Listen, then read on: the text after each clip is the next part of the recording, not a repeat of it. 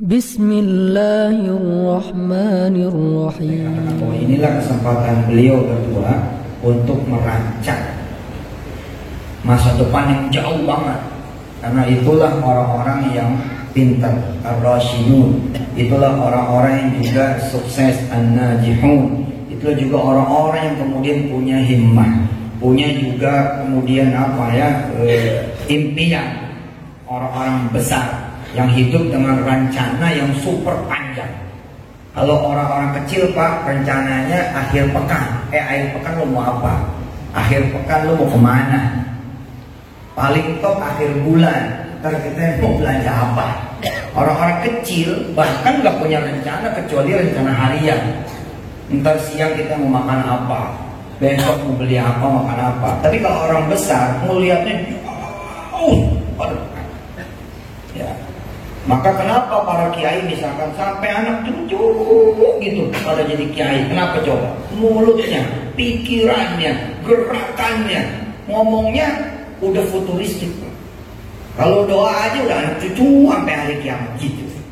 Tapi kalau orang biasa, maaf cakap, yang maksudnya tidak ada ilmu, rencana buat nekain anak aja nggak ada. Ntar anak mau TK di mana nggak tahu. Ntar anak mau SD di mana kepanjangan, mau TK aja nggak ada rencana. SMP di mana kepanjangan, orang SD juga nggak ada rencana. Entar nih anak mau jadi kuliah di mana, mau jadi apa besok nggak ada rencana. Ini sekarang ini titik nol nih kalau beliau berdua. Kalau kita yang sudah menikah, sebagian yang sudah menikah udah agak telat, tapi belum telat banget. Ada nggak lu punya rencana buat anak lu nanti ke depan, buat cucu lu nanti ke depan, buat buyut lu, buat cicit lu, buat nanti turun tuh aja zaman. Kalau nggak ada, goreng hari ini. Keluarin dari pikiran kita, munculin di pikiran kita, keluarin mulut kita, keluarin dari lisan kita, tulis dalam tinta emas dalam kehidupan kita. Oh nanti anak pertama bakal begini, anak kedua bakal begini, anak ketiga bakal begini, anak keempat bakal begini, anak kelima bakal begini, ntar cucu saya bakal begini. Itu Pak. Jadi ini sejatinya ceramah buat kita. Kakek-kakek, nenek-nenek yang udah telat, nggak pernah punya impian buat anaknya. Bismillah, Pak. Bismillah, Pak. Bapak bakal punya cucu. Dari sekarang kemudian tanamin anak nih, ntar punya anak. Cucu saya nanti mau jadi apa? Mau jadi polisi yang kayak apa? Mau jadi tentara yang bagaimana? Kira-kira begitu. Mau jadi pedagang yang seperti apa? Gitu kira-kira. Ini beneran ini. Enggak semua orang mampu kemudian merencanakan kehidupannya, baik yang sekarang, apalagi masa akan. Orang yang lebih hebat lagi dan lebih besar lagi tidak bertindak untuk atas nama dirinya saja, tapi atas nama keluarganya, kaumnya, daerah atau kotanya, kemudian negeri atau bangsanya, dan buat segenap kaum muslimin muslimat, mukminin. Berarti dia lebih gede lah. Contoh misalkan, tadi saya tanya Wahyudi di depan, apa harapan lo nanti dengan pernikahan ini? Ya Ustaz, saya pengen punya anak yang soleh-solehan. Lumayan. Lumayan. Belum detail tuh, belum ada turunan itu. Kalau saya mah kagak. Udah ada nih gambaran ntar wirdan gini. Komik nanti begini, Kun nanti begini, Hafiz nanti begini, Aisyah nanti begini. Anak saya 5, satu anak mimpin satu benua. Gitu. Iya, benar. Kalau benuanya ada lagi tambahan, kita bikin anak lagi yang ke-6. Gitu kira-kira. Yang benuanya ada 5. Pas udah. Iya benar. Bapak ibu nggak punya rencana buat anak. Nanti juga nggak tahu kapan, bagaimana rezeki ada. Gitu. Jangan dong. Lu rancang dong anak gua nih, ntar kita sunatin pas dia ngatamin Quran 30 juz. Gitu ya. Ngatamin baca. Bisa baca, kemudian kalau orang Betawi zaman dulu ngelarin kataman tuh. Berangkat itu kan mulai dari bismillah, alhamdulillah, alif lam mim, terus jalan. Begitu masuk al-hakumut udah siap-siap ya. Begitu masuk surah An-Nas besoknya kemudian jadi pengantin sunnah. Ada rencana, Pak. Ada rencana. Dari awal udah ngeliat nih, anak saya harus jadi hafiz Quran. Nanti kalau anak saya jadi tentara yang hafiz Quran. Dan besok jadi tentaranya pun minimal Pangdam, misalnya begitu. Itu dari awal itu. Jangan begini, itu mengalir aja tak. Bagaimana cinta ngalir? Lu bikin sungai sendiri. Hari ini orang-orang lain Pak, dari kaum yang lain, dari bangsa yang lain, dari kulit-kulit yang lain, kita fastabiqul khairat, bukan ngiri, bukan sebel. Hari ini mereka mindah-mindahin sungai Pak. Sungai lagi lempeng-lempeng dibelokin sama dia. Betul nggak? Kenapa? Karena sungai menghalangi properti mereka. Lalu dibelokin sama dia. Lah kita kok di zaman ngalirnya aja? Tak boleh. Kalau lo ngalirnya aja itu dibentuk oleh aliran orang, masalah Pak. Ya benar, kalau alirannya dibentuk atas nama Allah mah cakep Pak. Tapi kalau ente aneh kita semua mengalirnya itu karena diikuti atau mengikuti alirannya orang lain, problem Pak. Ya.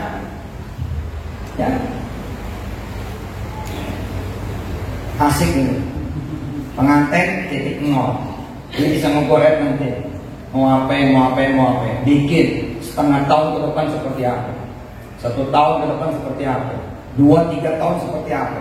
5 tahun seperti apa? Roadmap perjalanan mimpi seperti apa? Dalam 10 tahun ke depan, dalam 15 tahun ke depan, dalam 20-30 tahun ke depan, dalam berabad-abad yang akan datang. Gitu. Keren kan?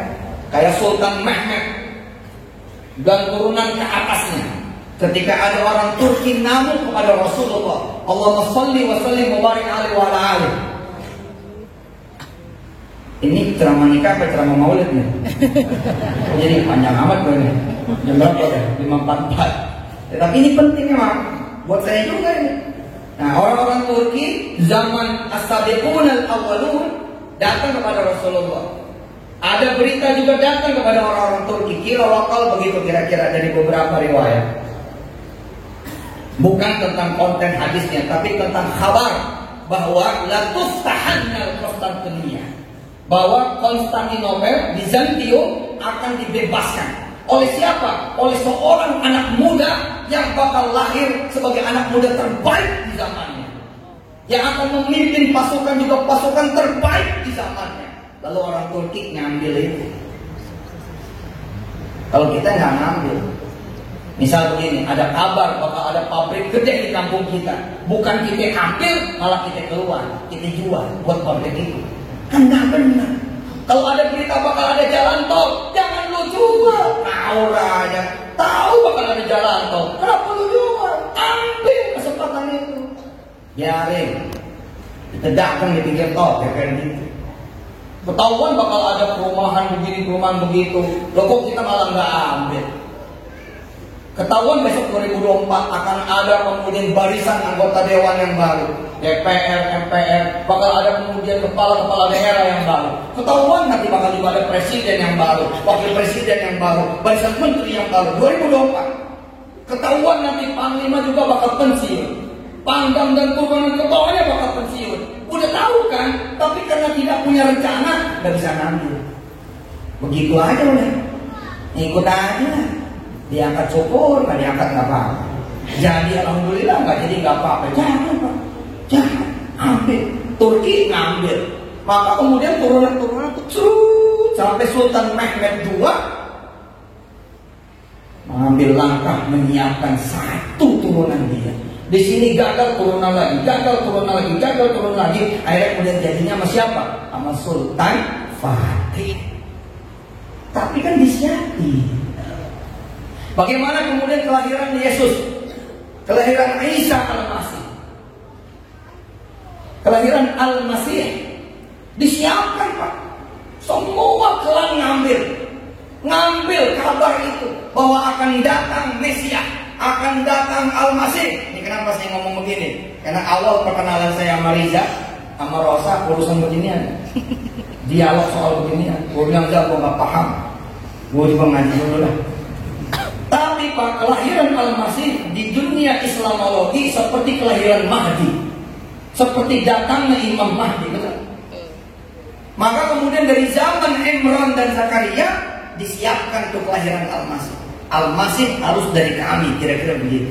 Nah pendeta-pendeta lain juga begitu. enggak, Al-Masih dari turunan kami. Kabilah yang satu bilang, tidak, ini dari rahim kami. Semua berlomba-lomba ngambil siapa Al-Masih itu. Hingga kemudian ada tanda bahwa Al-Masih itu datangnya dari keluarganya Imran. Inna Allah astafa, Inna Allah astafa. Allah sudah memilih Adam wa Nuhan wa ala Imran ala alamin, dzurriyyatan ba'duha min ba'd. Itu. Sampai kemudian bernazarlah istrinya Imran, kalau lahir betul-betul anak ini akan kuserahkan kepadamu ya Allah. Ternyata anaknya perempuan. Idh qalat imra'atu Imran inni nadartu laka ma fi batni muharrara fataqabbal minni innaka antas samiul alim. Ternyata lahirnya perempuan, tapi yang kecil hati. Apa kata Zakaria? Sudah, nanti dari yang perempuan inilah akan lahir Al-Masih. Dan kejadian dari Maryamlah kemudian lahir Al-Masih. Ente berdua nih, pengantin berdua dari sekarang, asal melihat kiai gede, besok anak saya yang ganti. Yang sekarang gue masih pengen umur. Kalau melihat orang besar, nanti anak saya bakal gitu. Kita cek di Depok ini siapa ulama besar. Begitu ada, kita datang kepada dia. Kita minta nanti dari turunan-turunan kita jadi ulama seperti dia. Kira-kira begitu. Ada rencana. Tambah hebat lagi, bila hari ini ada yang mendengar dan dia belum menikah. Oh, tambah top lagi. Berarti dia start lebih awal. Siapa yang belum nikah coba? Yang belum nikah mana? Yang belum nikah? Jangan pura-pura nggak dengar nih, ikut ngacung. Mana yang belum nikah? Ada? Dikit bener yang belum nikah, udah nikah semua kan? Di belakang ada di belakang. Penghulu, serius. Penghulu banyak ya. Hah? Apalagi yang belum menikah, dari awal sudah merancang istrinya nanti seperti apa, suaminya nanti kayak bagaimana. Belum nikah aja udah mikirin mantunya seperti apa. Ini betul. Belum nikah udah mikirin mantu kayak gimana.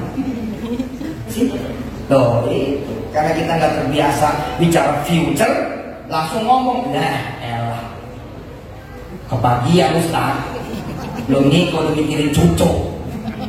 Nah bagaimana? Allah ngajarinnya begitu Pak. Rabbana hab lana min azwajina wa dzurriyyatina qurrata a'yun waj'alna lil muttaqina imama.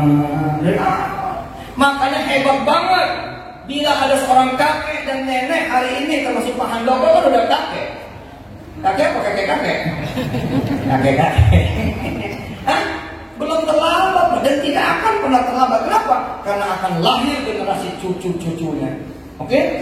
Buyut-buyutnya, cicit-cicitnya, sampai nanti kumpi apa segala macam sampai terus ke bawahnya. Dari sekarang sudah berdoa pada Allah tiap pagi, sore, siang dan malam. Wah, dan berdoa begitu. Barakallah, mudah-mudahan manfaat. Saya izin langsung berangkat ke bandara. Mudah-mudahan udah dibungkusin makanannya ini.